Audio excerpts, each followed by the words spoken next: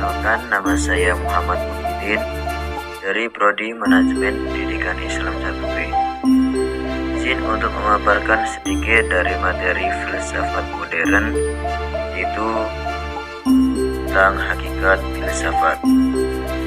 Sebelum saya memaparkannya, yang saya hormati kepada Bu Siti Kumala Khayati, MPDI, yang telah memberikan saya kesempatan untuk memaparkan materi tersebut guna untuk memenuhi ulangan akhir semester mata kuliah filsafat.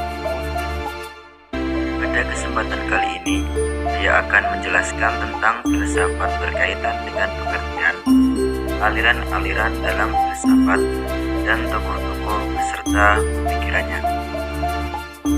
Pengertian filsafat. Filsafat dapat diartikan sebagai suatu ilmu yang memikirkan segala sesuatu dengan logis, radikal, dan sistematis. Dalam berpikir tentang suatu hal tersebut menggunakan metode, logika, dan sistem untuk mengkaji masalah umum dan mendasari mengenai berbagai persoalan. Secara bahasa, filsafat berasal dari bahasa Yunani, yaitu filosofia, yang terdiri atas philo, yang artinya cinta, dan sophia, yang berarti kebijakan, yang berarti pandai. Selanjutnya, objek kajian filsafat.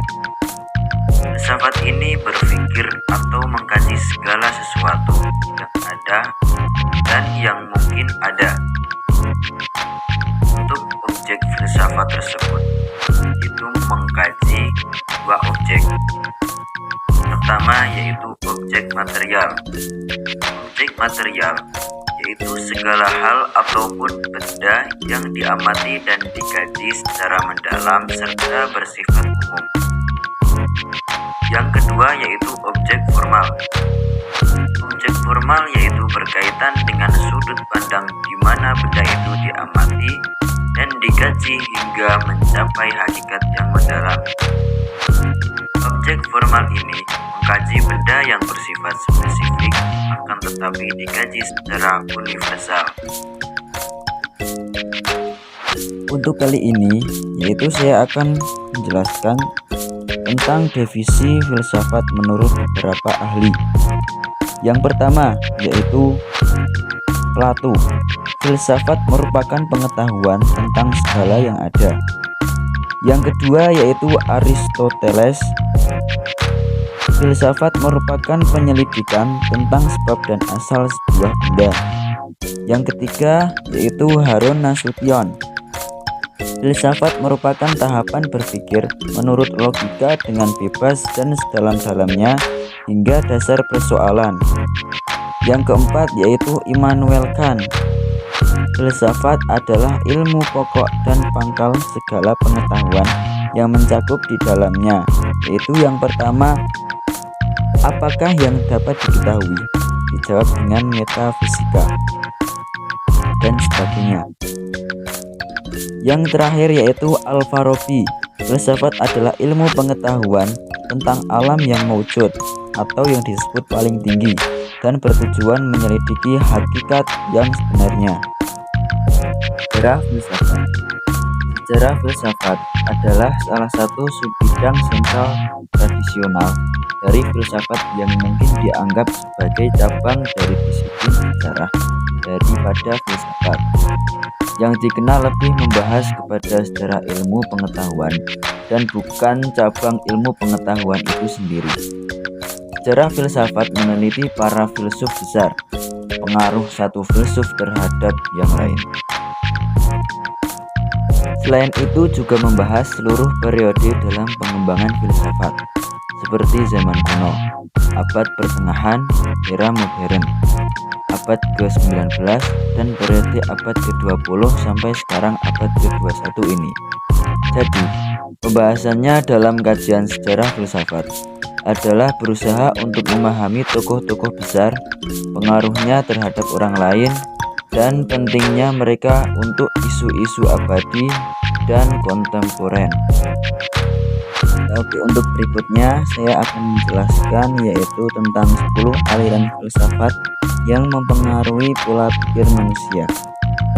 Untuk yang pertama yaitu rasionalisme. Untuk yang kedua yaitu empirisme. Untuk yang ketiga yaitu positifisme. Untuk yang keempat yaitu kritisisme. Untuk yang kelima yaitu idealisme.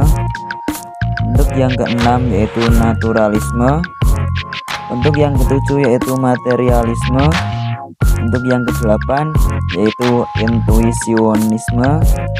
Untuk yang kesembilan yaitu fenomenalisme. Dan yang terakhir yaitu sekularisme. Untuk yang pertama yaitu dari pengertian rasionalisme. Rasionalisme merupakan aliran filsafat yang berpegang teguh pada akal. Itulah sebabnya mengapa rasionalisme menganggap akal adalah alat terpenting dalam memperoleh dan menguji pengetahuan. Yang kedua yaitu empirisme. Empirisme yaitu berbeda dengan rasionalisme yang hanya mengandalkan akal untuk menentukan kebenaran. Empirisme memerlukan pembuktian secara indrawi untuk menentukannya. Yang ketiga yaitu positifisme. Positifisme adalah aliran filsafat yang bersifat faktual, artinya menjadikan fakta-fakta sebagai dasar kebenaran. Keempat adalah kritisisme. Kritisisme adalah aliran filsafat yang melakukan penyelidikan terhadap rasio beserta batasan-batasannya. Yang kelima yaitu idealisme. Idealisme adalah aliran filsafat yang percaya bahwa suatu yang konkret hanyalah hasil pemikiran manusia. 6 adalah naturalisme.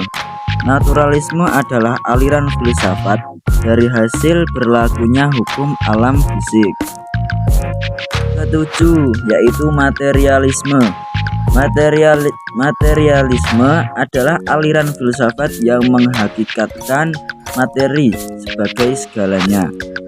Yang kedelapan yaitu intuisionisme. Intuisionisme adalah aliran filsafat yang menganggap intuisi atau dalam kurung naluri atau perasaan sebagai sumber pengetahuan dan kebenaran. Yang kesembilan adalah fenomenalisme. Fenomenalisme adalah aliran filsafat yang menganggap fenomena atau gejala sebagai sumber pengetahuan dan kebenaran. Dan yang terakhir yaitu sekularisme. Sekularisme adalah aliran filsafat yang membebaskan manusia dari hal-hal yang bersifat supernaturalisme atau keagamaan. Ya, mungkin itu saja pemaparan dari saya mengenai mata kuliah filsafat umum kali ini. Mudah-mudahan kita semua mendapatkan manfaatnya apa yang dengan pemaparannya. Untuk saya pribadi, mohon maaf yang sebesar-besarnya. Pasti banyak kekurangan dan kesalahan dari pemaparan video tersebut. Akhirul kalam, billahi taufiq wal hidayah. Wassalamualaikum warahmatullahi wabarakatuh.